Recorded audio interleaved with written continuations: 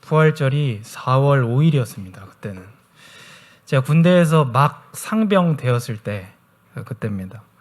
근데 하나님께서 제가 하나님 앞에서 내가 신학교에 가야 되나? 앞으로 목회 후보생으로 준비를 해야 되는지, 하나님께서 무엇을 원하시는지 그걸 질문하고 있던 시기였습니다. 부활절에 하나님께서 무슨 말씀을 주셨냐면 요한복음 21장의 말씀을 저에게 주셨습니다. 그래서 내 어린 양을 먹이라, 내 양을 치라, 내 양을 먹이라, 이렇게 하나님께서 저에게 말씀을 주셨습니다. 제가 몇 달 동안 하나님 앞에 이렇게 쭉 질문했던 내용들은 내가 신학교에 갈 수 있을까? 내가 앞으로 목회자의 길을 갈 수 있을까? 내가 가능할까? 자격이 있을까? 그런 질문은 하나님 앞에 한 번도 한 적이 없습니다.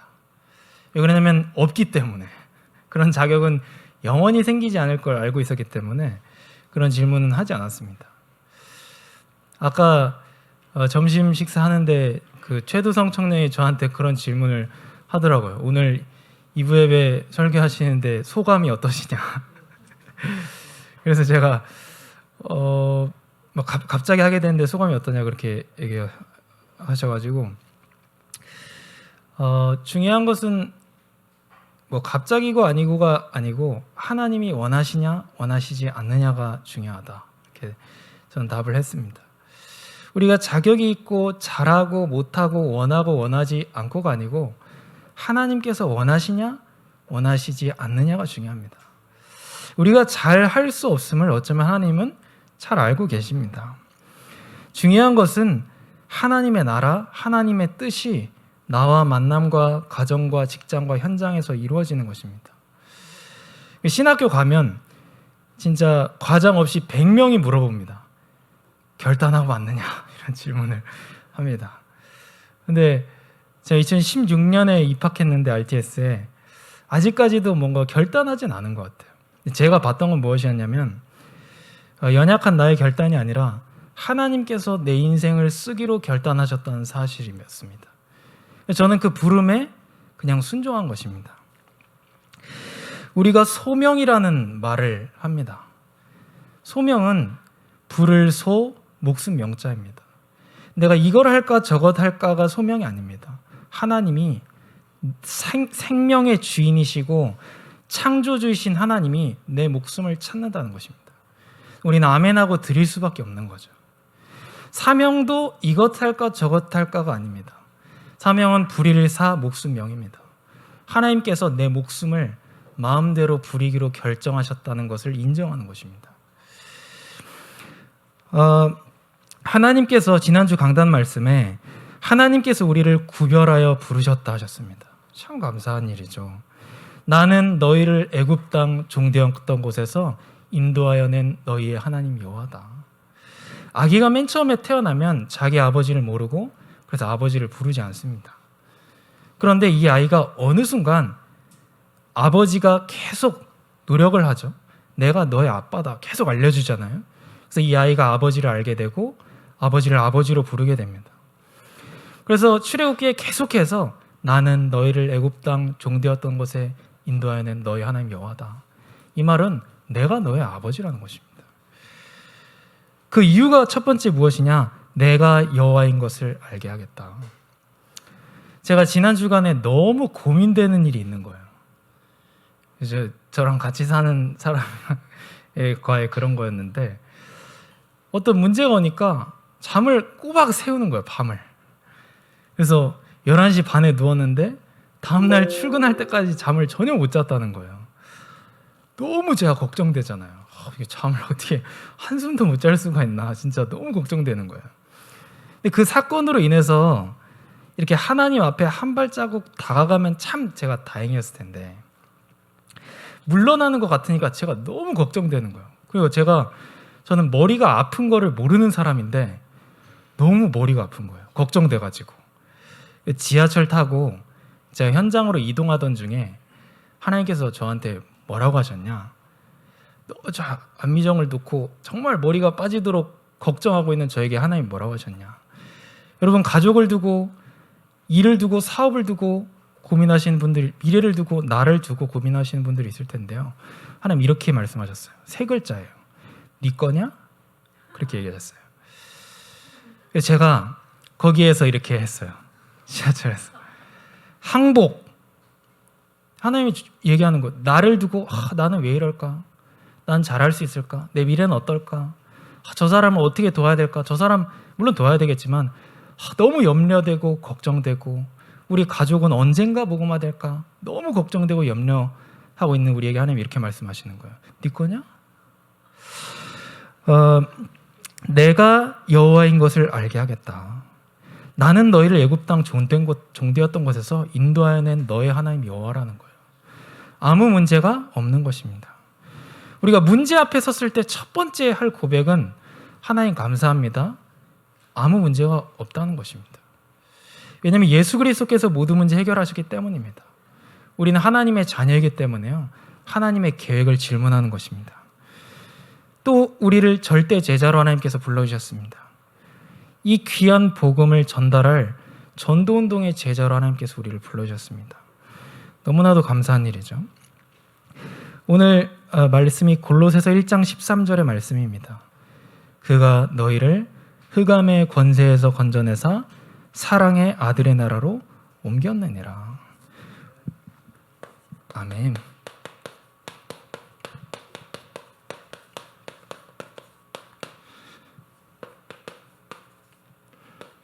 예수님께서 먼저 그의 나라와 그의 의를 구하라 이렇게 말씀하셨습니다. 제가 기도 제목이라는 그 찬양을 작사하고 작곡해서 하나를 만들었는데 그 찬양에 이런 가사를 제가 썼습니다. 내 입장 아닌 하나님의 영광이, 내 뜻 아닌 하늘의 뜻이, 내 영역 아닌 주님 나라가 이루어지게 하옵소서. 이런 찬양인데요. 왜 기도 제목이냐면 그렇지 않기 때문에요. 이 찬양을 쓰게 된 배경이 어떤 거냐, 제가 교회에 있는데, 양문교회 아니고요, 어떤 교회에 있는데 너무 저를 자존심 상하게 하는 사람이 있었어요. 또 그 교회에 너무 중요한 전도 제자 랩런트가 있는데, 이 랩런트가 어떤 사건 때문에 교회에서 공개적으로 약간 부끄러운 일을 당해서 울고 있는 거예요. 너무 교회에서 공개 망신을 당한 거죠. 제가 그거를 보면서 하나님 앞에 질문을 하게 됐습니다. 내가 무시당하면 안 되는 사람인가? 하나님 앞에 질문하니까 당해도 되는 사람이더라고요. 예수님도 무시당했는데, 내가 슬퍼하는 이유, 내가 분노하는 이유, 내가 눈물 흘리는 이유를 보니까 하나님의 영광이 아닌 거예요. 그래서 그 찬양을 작사를 하게 됐습니다. 하나님의 영광이냐, 내 입장이냐, 내 뜻이냐, 하나님의 뜻이냐, 내 영역이냐, 하나님의 나라라는 것입니다. 그래서 하나님께서는 우리에게 기도 제목을 먼저 그의 나라와 그의 의를 구하라 이렇게 기도 제목 주셨습니다. 하나님의 뜻과 계획과 하나님의 나라가 훨씬 좋기 때문에 그렇습니다. 마태복음 13장 44절에서 46절에 보니까 예수님께서 천국은 밭에 감추어진 보화와 같다. 그래서 그거를 숨겨두었다가 가지고 있는 모든 것을 팔아서 그걸 사지 않겠냐는 거예요. 그게 지금 이제 대박날 땅인데 천국은 그만한 가치가 있다는 것입니다. 천국은 값진 진주와 같아서 알아보는 사람이 알아보고 모든 것을 팔아서 그것을 산다는 것입니다. 중요한 것은 우리가 이 하나님 나라에 들어가면 되는데 하나님 나라를 못 가는 것입니다.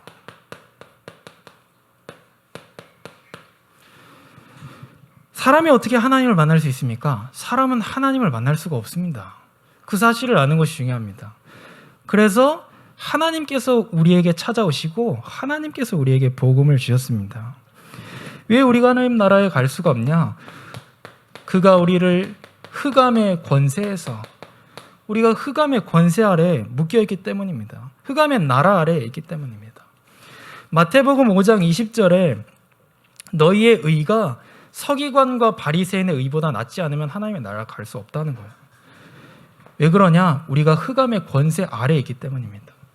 제가 전도 현장에서 어떤 성남의 태평동이라는 지역인데요. 거기서 한 사람한테 복음을 전하게 됐어요. 근데 그 여자가 한 40대 정도 됐는데 뛰어다니면서 소리를 지르는 사람이에요. 그러니까 귀신 들린 사람이죠. 우리가 봤을 때 뛰어다니면서 소리를 지르는 아줌마인 거예요. 제가 저분한테 복음을 꼭 전해야겠다. 근데 무서운 거예요, 약간. 그래가지고 뭐 이렇게 어떤 과정들을 거쳐서 제가 경찰서 가지 않도록 이렇게 조치를 해놓고 이제 전 저 사람한테 복음 전하는 겁니다. 이렇게 하고 그분한테 복음을 전하게 됐어요. 근데 그 뛰어다니던 여자가 제가 복음을 전하니까 가만히 복음을 듣고 서 있어요. 너무 말을 잘 듣는 거예요, 복음을. 그러니까 마지막 영접하잖아요. 영접하는데 이 여자가 예수 하니까 따라하지 못하는 거예요. 그래서 한 글자씩 했어요. 수 하고 그리스도 하는데 그리스도를 못하는 거 있죠. 제가 이제 눈을 떠가지고 이렇게 보잖아요. 근데 이 여자분의 제가 보겠습니다. 이 혓바닥이 이렇게 막 하는 거예요. 그러면서 내가 왜 이러지? 저 이거 믿고 싶은데 자기 혓바닥이 마음대로 움직이는 거예요. 그 사람이 영접기도 그리스도 부르지 못하도록. 자, 사도행전 10장 38절에 마귀에게 눌린 자라는 말씀이 나옵니다. 이게 마귀에게 눌린 불신자 인생이 이런 인생이구나. 물론 극단적으로 이 사람 눈에 보이는 거지만 마귀에게 눌린 불신자 인생이 바로 그런 인생입니다. 또 제가 산성동에서 복음을 전하다가 만난 60대 사람인데요. 이분이 제가 전하는 복음을 쭉 듣고 나서 당신의 말이 맞다는 거예요. 당신이 얘기하는 하나님 아버지가 진짜 나를 만드시고 나의 진짜 아버지가 맞고 내 양 아버지는 가짜 아버지라는 거예요. 너희는 너희 아비 마귀에게서 났으니. 그 사람 알아요. 그러나 이 가짜 아버지가 양 아버지가 나를 놔주지 않는다라고 이 사람이 얘기했습니다. 흑암의 권세 아래에 흑암의 나라에 종되어 있기 때문입니다. 우리가 교회에 대해서 또 생각할 하나님께서 주신 메시지가 그 안에 있는데요. 이 사람이 신이 자꾸 오니까 너무 아프니까 시골에서 교회를 간 거예요. 교회를 갔는데 이 교회에서 정확한 복음을 이 사람에게 전해주지 않은 거예요. 이 사람이 귀신이 오니까 살려고 교회 갔는데 이 교회에서 복음 정확히 전해주지 않고 이 사람을 등록을 시켜버리니까 이 사람이 자기가 일주일 동안 물 먹으면 토하고 밥 먹으면 토하고 귀신이 마귀에게 눌려 있으니까요. 그래서 이 사람이 자기 속에 있는 귀신에게 빌었답니다. 절대 교회 안 갈 테니까 한 번만 봐달라는 거예요. 근데 이 사람이 시간이 또 지나서 자기가 살고 싶어서 교회에 또 간 거예요. 다른 교회에 간 거죠. 그 교회에서 또 정확한 복음을 못 들었겠죠, 이 사람이. 그리고 교회에 또 등록을 시킨 거예요. 두세 주 지나가지고. 그러니까 이 사람이 물만 먹어봐도 토하고 밥만 먹어도 일주일 동안 물을 다 토해버리니까요. 어떻게 되겠어요? 그래서 이 사람이 또 귀신한테 빈 거예요. 절대 교회 안 갈 테니까 한 번만 봐달라는 거였죠. 근데 시간이 또 지났어요. 이 사람이 진짜 너무 살고 싶어서 세 번째 교회 간 거예요. 또 물 먹으면 토하고 밥 먹어도 정확한 복음을 못 듣고 교회 가서 등록하니까요.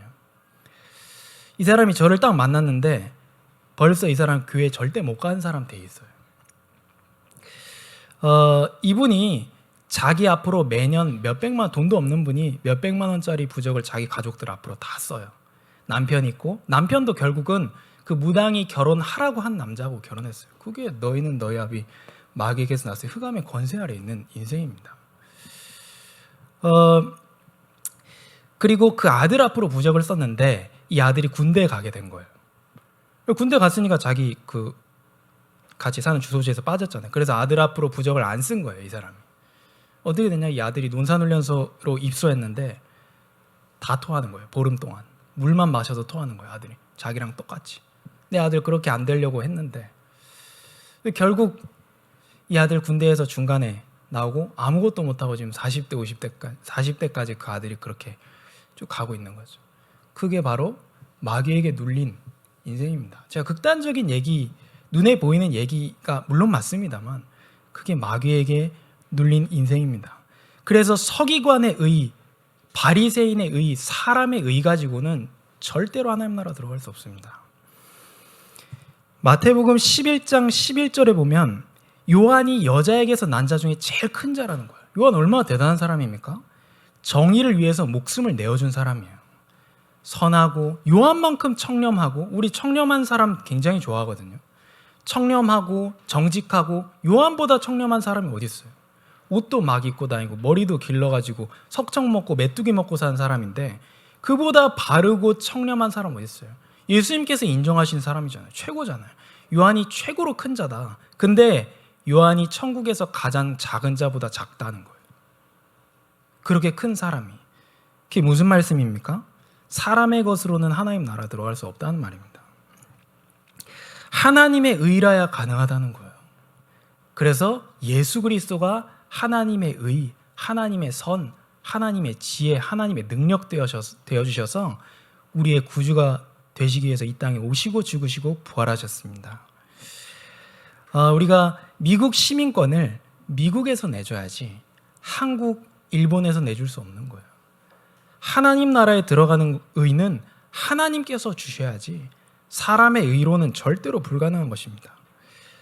마태복음 19장 16절 26절에 보면 부자 청년의 내용이 나옵니다.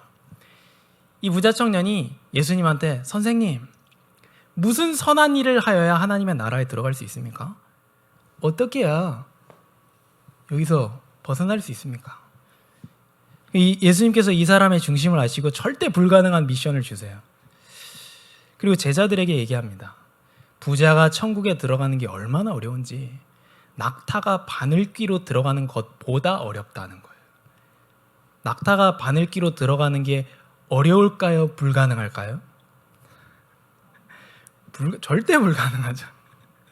낙타는 바늘귀로 들어가는 게 어려운 게 아니고 절대 불가능합니다.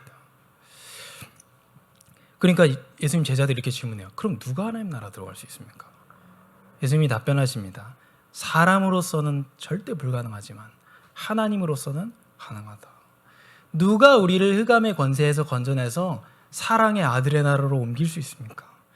그래서 우리로서는 절대 불가능하기 때문에 그래서 하나님께서 옮겨주셨습니다. 그가 우리를 흑암의 권세에서 건져내사 사랑의 아들의 나라로 옮기셨느니라. 그 안에서 우리가 속량 곧 죄사함을 받았다 말씀하고 있습니다. 예수님이 내가 곧 길이요 진리요 생명이니 나로 말미암지 않고는 아버지께로 올 자가 없느니라 말씀하셨습니다. 예수님께서 우리에게 새로운 살 길을 여셨으니 그 휘장은 곧 그의 육체다. 그리스도가 십자가에서 찢어짐으로 우리가 그 길을 통하여 하나님의 자녀가 되고 하나님의 나라 백성이 되게 됐습니다. 마태복음에 계속 예수님 말씀하십니다. 인자는 섬김을 받으려 온 것이 아니다. 오히려 섬기려 하고 자기 목숨을 많은 사람의 대속물로 주려 오셨습니다. 그리스도께서 우리의 모든 문제와 저주와 이런 것들을 대신하여서 십자가에서 대신 죽으셨습니다. 마태복음에 계속 나옵니다. 이 마태복음의 유대인들은 예수님이 그리스도라는 사실을 모르고 있습니다. 자꾸 예수님을 다른 존재로 생각하고 있습니다. 그래서 예수님께서 제자들에게 질문하십니다. 너희들에게 나는 누구냐는 거예요.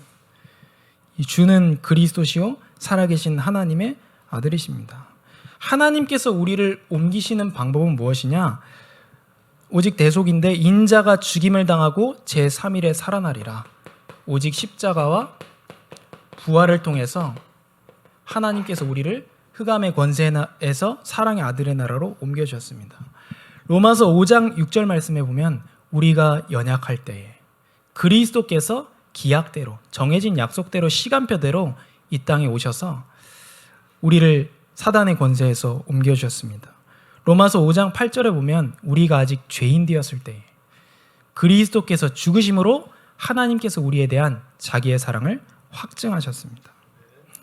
로마서 5장 10절에는 우리가 하나님하고 원수 되었을 때 그리스도께서 죽으심으로 우리하고 하나님 사이를 화목하게 하시고 그의 다시 살아나심으로 우리가 이 복음을 누리며 살아가는 축복을 하나님께서 허락해 주셨습니다. 이 하나님의 나라는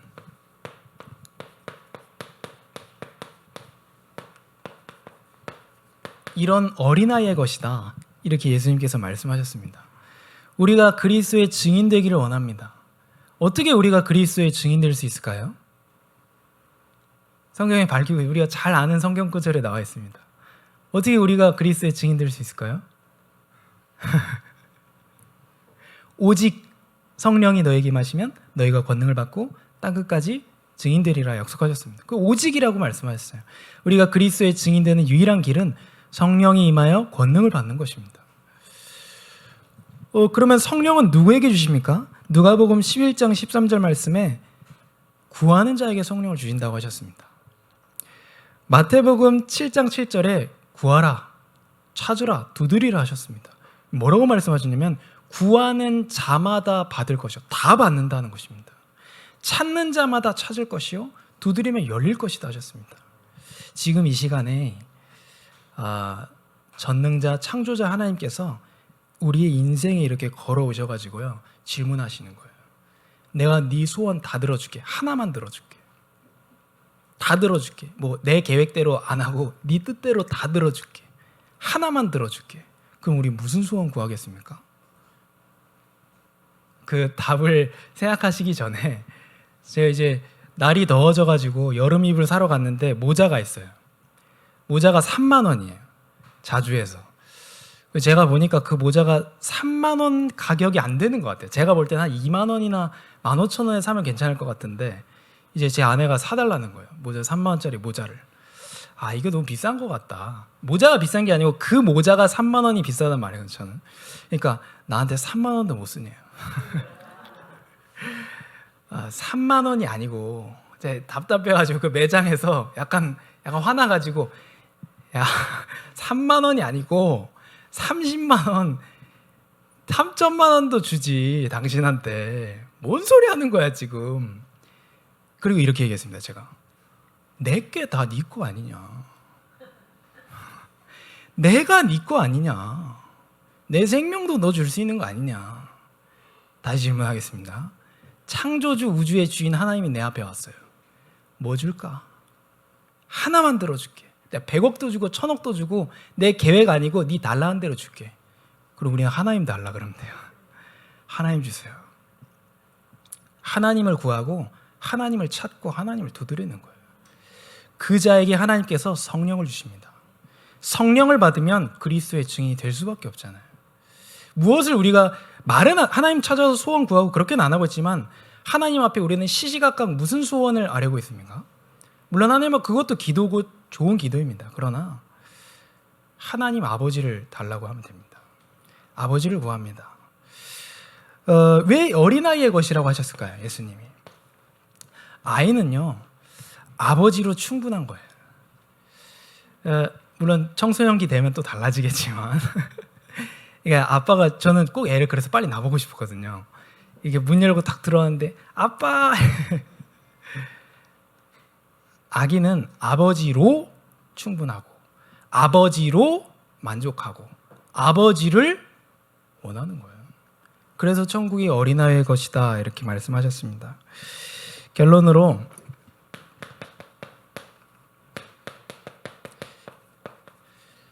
베드로가 예수님한테 이렇게 질문합니다. 예수님, 우리가 예수님 위해 가지고 배도 버리고 배 버렸잖아요. 베드로가. 우리가 부모도 버리고 부모 버렸잖아요. 베드로가 우리가 다 버리고 집도 절도 다 버리고 예수님 따라왔는데 우리한테 뭐 주실 거예요? 물어봐요. 예수님이 야, 뭐 바라고 따라왔니? 이렇게 얘기 안 하시고 100배로 상급을 주겠다 이렇게 약속하셨습니다. 교회를 위해서 많이 헌신하시는 분들 하나님께서 100배로 상급 주실 줄로 믿습니다. 그게 하나님의 약속이에요. 근데 예수님 바로 뒤에 이렇게 말씀하십니다. 먼저 된 자가 나중되고 나중된 자가 먼저 될 것이다. 이게 어떤 얘기냐면 하나님의 나라는 하나님 나라에 분명히 하나님께서 상급을 약속하셨습니다. 그런데 하나님의 나라는 일과 삭스로 이루어지는 나라가 아니고 하나님 나라는 은혜로 굴러가는 나라라는 것을 얘기를 하십니다. 그리고 포도원에 얘기를 하세요. 포도원 주인이 이제 일을 맡기려고 인력 시장에 나왔습니다.